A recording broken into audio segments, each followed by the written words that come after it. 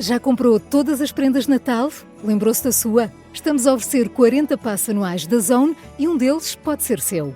Assine hoje até 55% de desconto e habilite-se a ganhar. Tudo em observador.pt.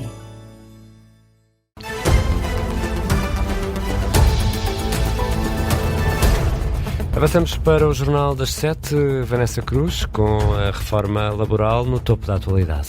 Já terminou a reunião entre a UGT e a Ministra do Trabalho. Durou pouco mais de hora e meia. O secretário-geral da UGT sai otimista deste encontro. O Mário Mourão diz que o Governo mostrou total disponibilidade para negociar, sem, no entanto, referir nenhuma medida concreta que tenha sido discutida. A esta hora fala a Ministra Maria Rosário Palma Ramalho. Vamos aqui escutar. Uma solução mais consolidada, não foi essa a nossa opção e, portanto, como proposta para a construção normativa, o Governo mantém, exatamente como tinha antes, disponibilidade para construir as soluções. Enfim, nós teremos que nos encontrar a meio caminho. Da nossa parte, nada mudou. Da parte da UGT, terá que perguntar à UGT. Senhora Ministra, continua a haver... Maria Rosário Palma Ramalho começou estas declarações dizendo que a reunião foi muito construtiva. Vamos agora continuar a ouvir. O que eu referi foi que, sobre a nossa atitude de disponibilidade para negociar, que foi essa a pergunta da sua colega, que a atitude do Governo é agora exatamente igual àquela que é desde o Portanto, não vai primeiro abdicar dia. das Não traves foi mestras. o Governo que suspendeu o processo de negociação. Foi o GT que convocou a greve e, ao convocar a greve, suspendeu a negociação e foi também a CGTP, mas a CGTP, na verdade, não tem com o Governo um processo de negociação, porque na primeira meia hora, depois de ter recebido o projeto inicial, disse logo que não havia negociação possível. Portanto, naturalmente, o Governo não provocou esta greve, e, portanto, a sua atitude efetivamente não mudou tudo. A greve é um direito fundamental. Foi exercido. Agora vamos voltar à mesa das negociações, onde nós sempre estivemos sentados. Com disponibilidade para negociar, é o que diz a Ministra Maria Rosário Palma Ramalho, e essa mesma disponibilidade foi encontrada por parte da UGT. Com otimismo, Mário Mourão saiu deste encontro. E é um caso muito recente, a envolver o Ministro da Educação, que está a causar grande celeuma. Aumentam as críticas às declarações de Fernando Alexandre. PCP e Livre acusa o Ministro de estar a estigmatizar os alunos universitários mais carenciados. O PS vai mais longe e defende que Fernando Alexandre não está à altura de ser Ministro da Educação. Afinal, o que é que se passa, Vanessa Cruz? Os partidos à esquerda têm reagido a essas declarações desta tarde do Ministro que tem a pasta do Ensino Superior. As palavras que estão a causar polémica são sobre o risco de degradação das residências universitárias que tenham apenas alunos carenciados. Vamos ouvir o que disse o Ministro. E aquilo que nós fazemos no ensino superior é não misturar. É pôr nas residências universitárias os estudantes dos meios socioeconómicos mais desfavorecidos. E por isso é que depois elas se degradam. Quando nós metemos pessoas que são basicamente todas de rendimentos mais baixos a beneficiar de um serviço público, nós sabemos que esse serviço público se deteriora. O Ministro Fernando Alexandre, quando estava a apresentar o plano para a ação social dos alunos universitários, os partidos à esquerda não gostaram do que ouviram. E estão a reagir nos espaços perdidos da Assembleia da República. Vamos começar por ouvir o líder parlamentar do Partido Socialista. Eurico Brilhante Dias diz que ou o Ministro volta com a palavra atrás ou tem de sair do Governo. É a segunda vez que o Sr. Ministro tem declarações deste teor. A primeira, considerando que ter acesso ao ensino superior era um privilégio. Hoje, a declaração é uma declaração de fim de linha, preconceituosa e discriminatória. Deve retificar, senão não está à altura de ser Ministro da Educação do país. Ao Partido Socialista juntam-se PCP e Livre. Paula Santos, líder parlamentar comunista, revela que o partido quer ouvir o Ministro Fernando Alexandre na Assembleia da República. São declarações que de certa forma, deviam de envergonhá-lo e envergonhar o Governo. Nós vamos entregar um requerimento na Comissão de Educação para ouvir o Ministro da Educação a propósito destas declarações. E o Livre, na voz da deputada Patrícia Gonçalves, insiste que o Ministro da Educação precisa de explicar o que é que quis, na verdade, dizer. Não deve haver serviços públicos de caridade para quem menos pode e serviços públicos de excelência ou de luxo para quem mais tem. E gostaríamos, se ele não quis estigmatizar com as suas afirmações, gostaríamos que ele explicasse então o que é que quis dizer.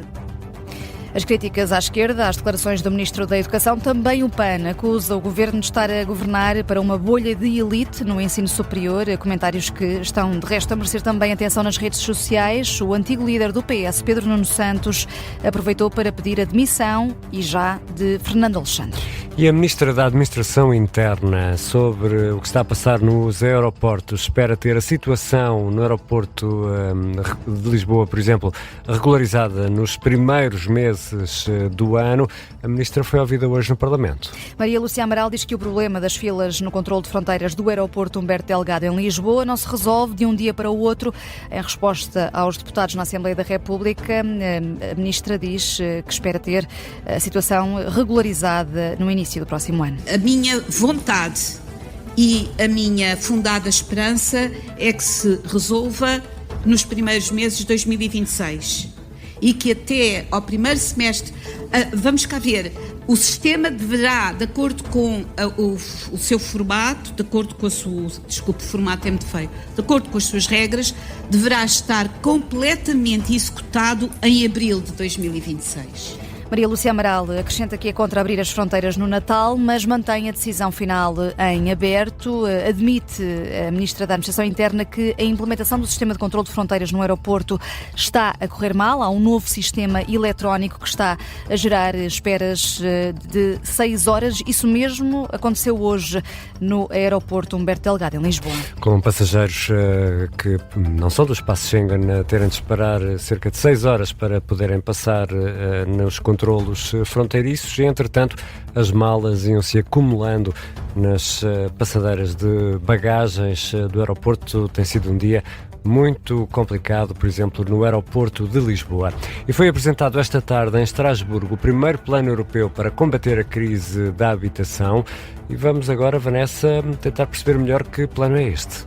A estratégia que a Comissão Europeia desenvolveu no último ano passa por um reforço significativo dos fundos europeus neste âmbito para construir mais habitação. Vamos em direto até ao Parlamento Europeu em Estrasburgo. É lá que está o jornalista do Observador, João Costa Campos. João, boa tarde. Que medidas fazem parte deste plano?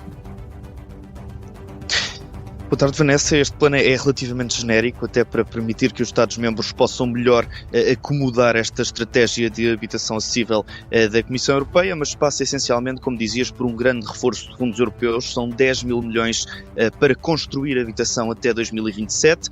Também prevê limitações ao alojamento local e simplificar regras de construção e renovação, como, por exemplo, reduzir a burocracia em torno dos licenciamentos. Este plano foi bem acolhido de forma da esquerda à direita no Parlamento Europeu.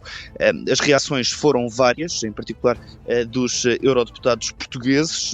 O deputado social-democrata Sebastião Bugalho, que faz parte da Comissão Especial do Parlamento Europeu para Habitação, aplaude a Comissão Europeia, mas pede que se vá mais longe. Senhor Comissário, nós pedimos-lhe ambição. Se conseguimos mais 10 mil milhões de euros até 2027, só responderemos a esta crise com um aumento para os 7 anos seguintes.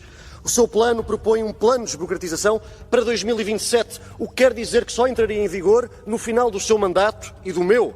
Temos de fazê-lo para ontem. Já a eurodeputada socialista Isilda Gomes diz que mais investimento público europeu é um passo incontornável para fazer face à crise na habitação e aplaude também a proposta da Comissão Europeia. Só com a intervenção pública e, em particular, através da habitação pública, será possível responder às necessidades de cada vez mais famílias que não têm qualquer possibilidade de comprar ou arrendar casa a preços de mercado. Só que todos sabemos que nem todos os países têm as mesmas possibilidades e o financiamento europeu é indispensável. Declarações de Sebastião Bugalho e Isilda Gomes, eurodeputados portugueses que aplaudem este plano europeu para a habitação acessível. São os destaques deste que é o primeiro plano europeu para combater a crise na habitação. Entra em vigor já no próximo ano. Reportagem do João Costa Campos no Parlamento Europeu. A Comissão Europeia, de resto, revelou hoje que Portugal tem o preço das casas mais inflacionado entre os 27 Estados-membros. A sobrevalorização é de 25%. Portugal é ainda um dos piores países nas variações do poder de compra. A jornalista Vanessa Cruz vai regressar às 7h30 para atualizar as notícias.